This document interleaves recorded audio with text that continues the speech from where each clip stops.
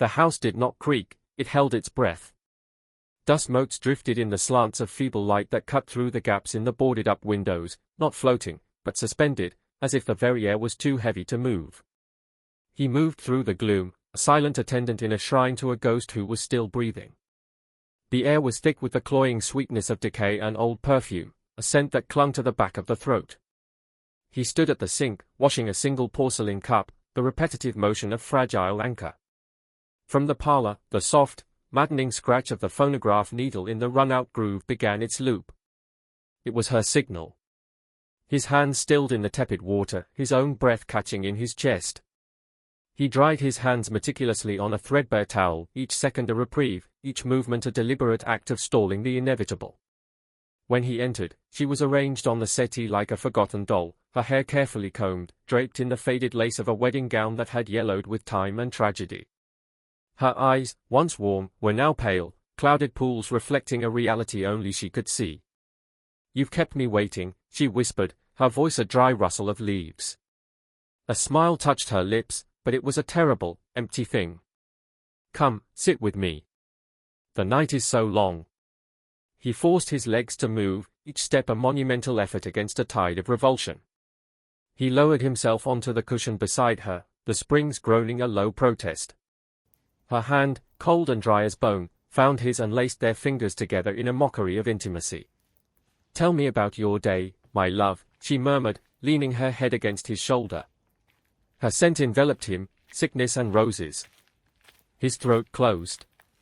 He had to force the words out, shaping them into a voice that was not his own, a gentle, patronizing tone he had learned to mimic from old photographs and fractured memories. "It was quiet, my dear. I thought only of you." She sighed, a sound of contentment that made his skin crawl. "That's how it should be." Her fingers tightened on his. "This is how it should always be. Just us. You promised. Forever." In the tarnished silver of a picture frame across the room, he caught their dim reflection, a young man, rigid with dread, holding the crumbling woman who had given him life, yet who now looked at him with the possessive, needy eyes of a bride. The son was gone, buried alive in this suffocating house. All that remained was the husband, trapped in a vow he never made, forced to love a ghost who refused to die. The first ceremony is not merely an event, it is the foundational trauma, the violent rupture that cleaves the protagonist's life into a definitive before and after. It is the moment the abstract, creeping horror solidifies into an inescapable and active reality. In the story's structure, this turning point serves as the brutal initiation, the point of no return where the son's agency is systematically dismantled and the grotesque new world order is formally established.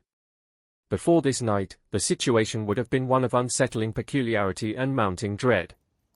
The mother's mental state would have been deteriorating, her confusion deepening, perhaps with her beginning to mistake her son for her late husband in fleeting moments, a misidentification that was initially jarring but could perhaps be dismissed or corrected.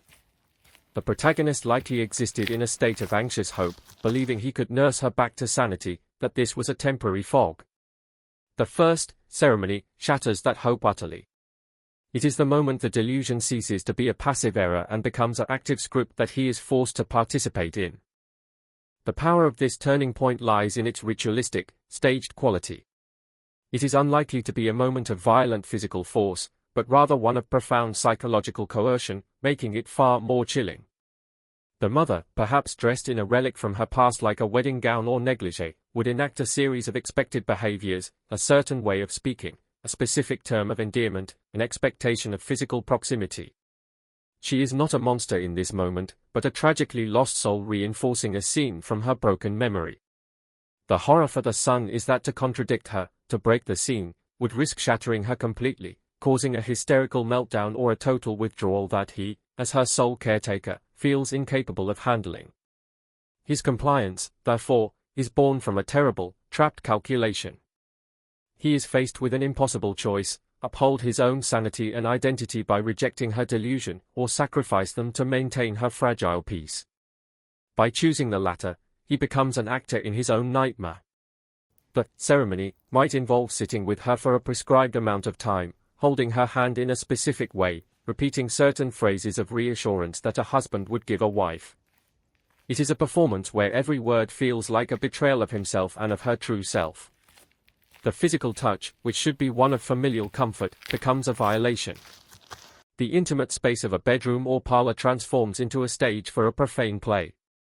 The aftermath is where his spirit is truly broken.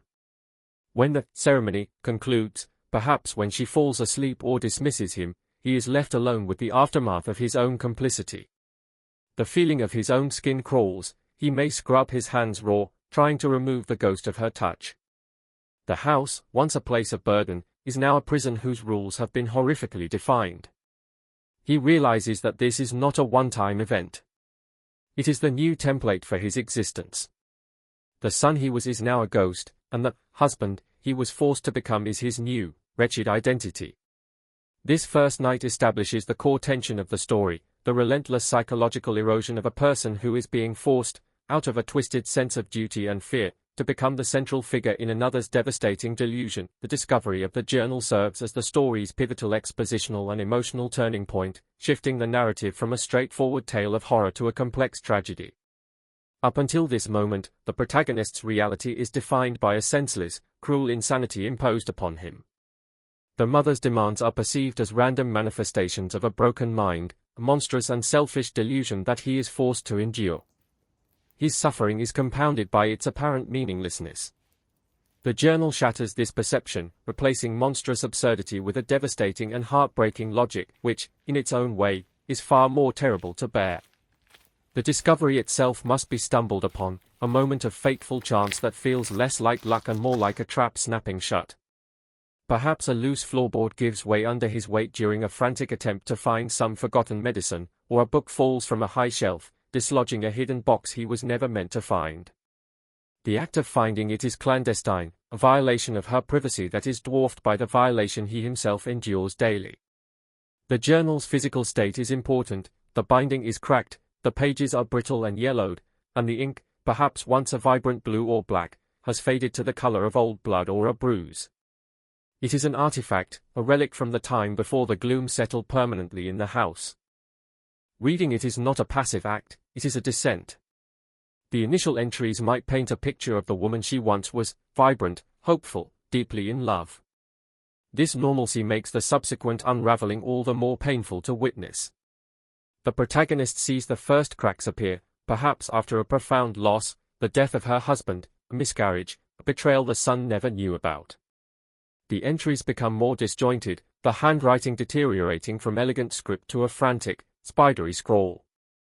The reader, alongside the protagonist, witnesses the grammar of her grief as it corrupts her reality. The critical revelation is the precise moment her delusion crystallizes. It is not a random confusion. The journal would detail her profound, pathological inability to accept the finality of her loss. She might write of hearing his footsteps in the hall, of setting a place for him at the table, of believing he never truly left.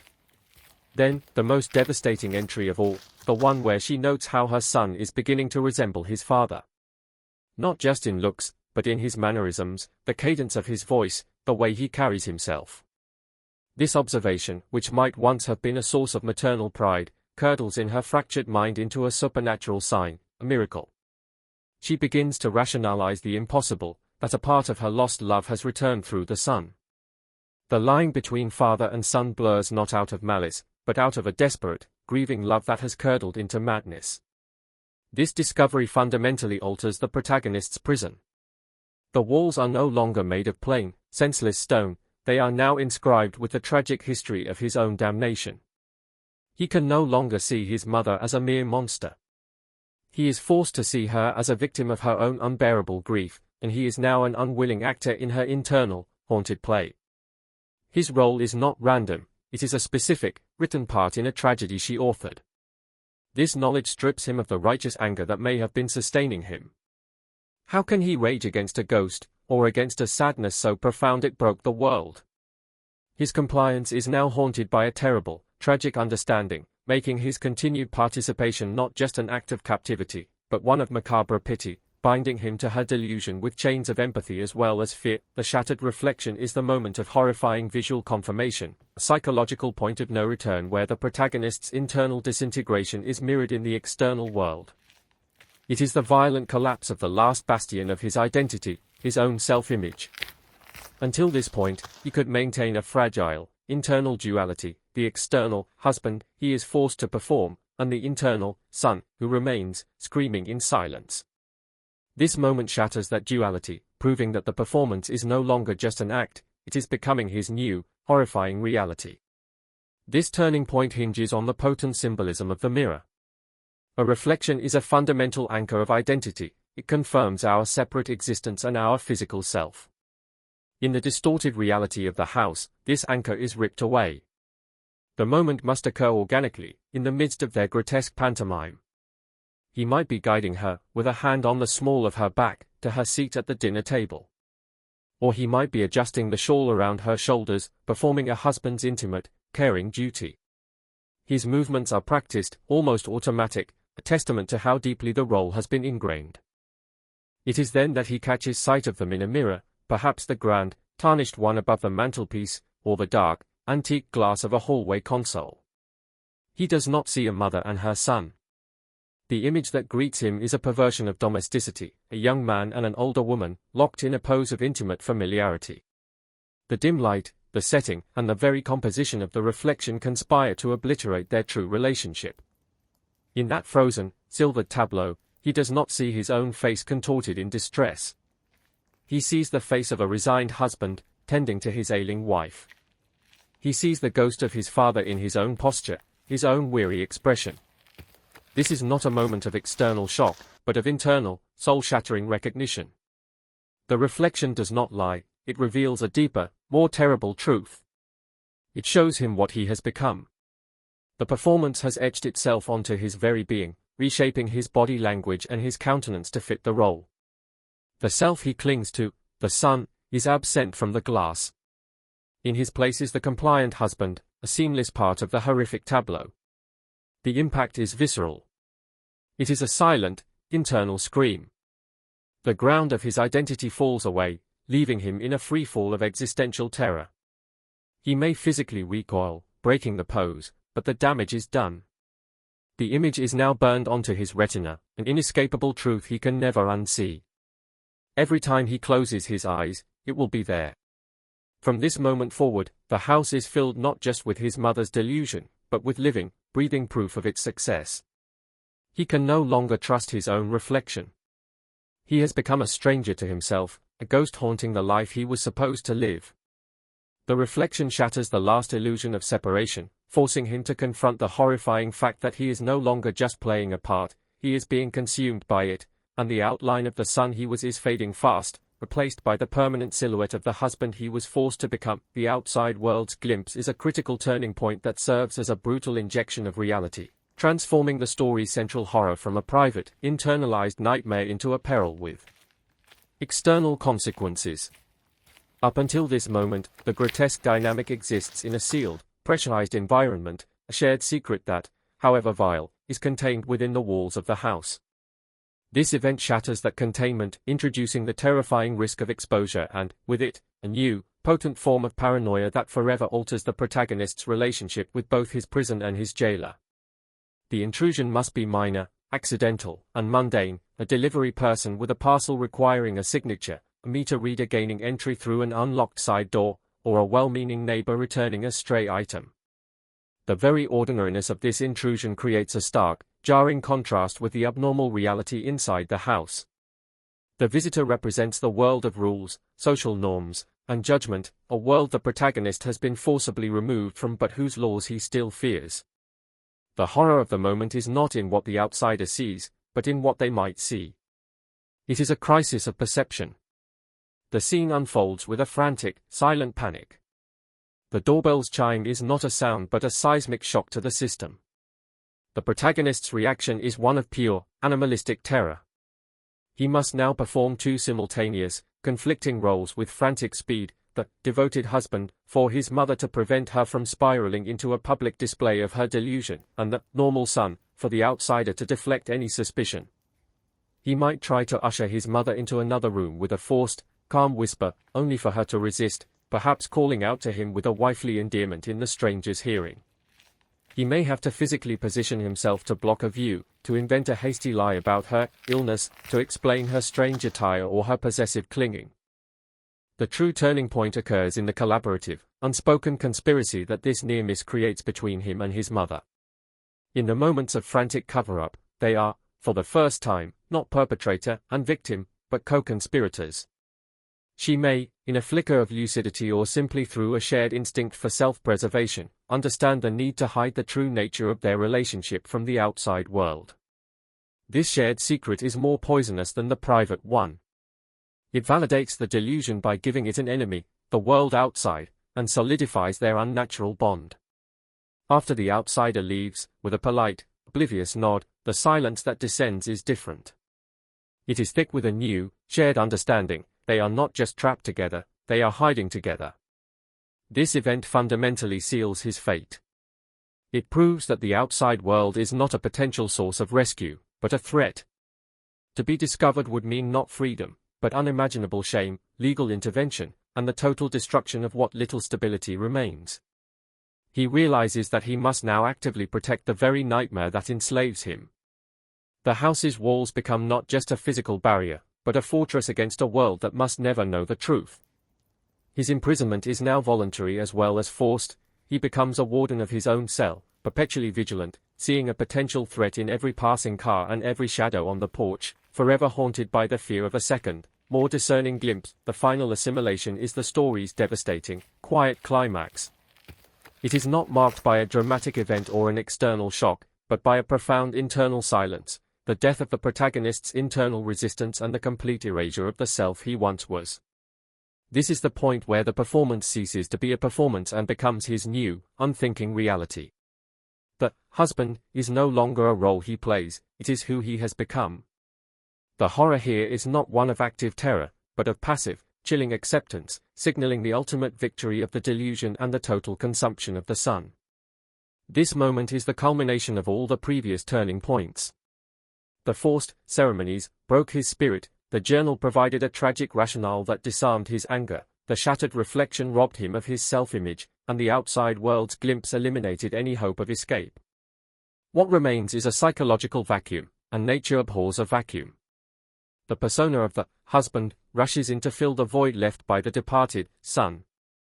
This shift is terrifying precisely because of its subtlety. There is no fanfare, no final struggle. It happens in a mundane, everyday moment, underscoring that the transformation is now complete and utterly mundane to him. The trigger is a minor, recurring situation he has faced countless times before. His mother might call for him from another room, using that name, his father's name. In the past, this would have sent a jolt of revulsion through him, a silent, internal scream of, "I am not him." He would have had to consciously force his body to respond, every step weighted with dread. But now, when the call comes, there is no jolt. There is no internal correction. He simply responds. He might even answer verbally, without a moment's hesitation or a pang of discomfort. The wrong name no longer feels wrong because the person it was meant for is gone. Another manifestation could be an instinctive, unprompted action. He might, without conscious thought, reach out and adjust the wedding band on her finger, a band she insists symbolizes their union, smoothing it into place with a touch that is no longer performative but possessive. Or he might find himself speaking to her in the specific, patronizing tone of voice his father used in old home movies, a vocal pattern he now owns without remembering he learned it. The most chilling part is the lack of internal monologue.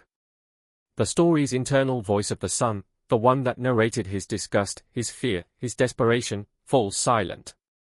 There is no one left to protest.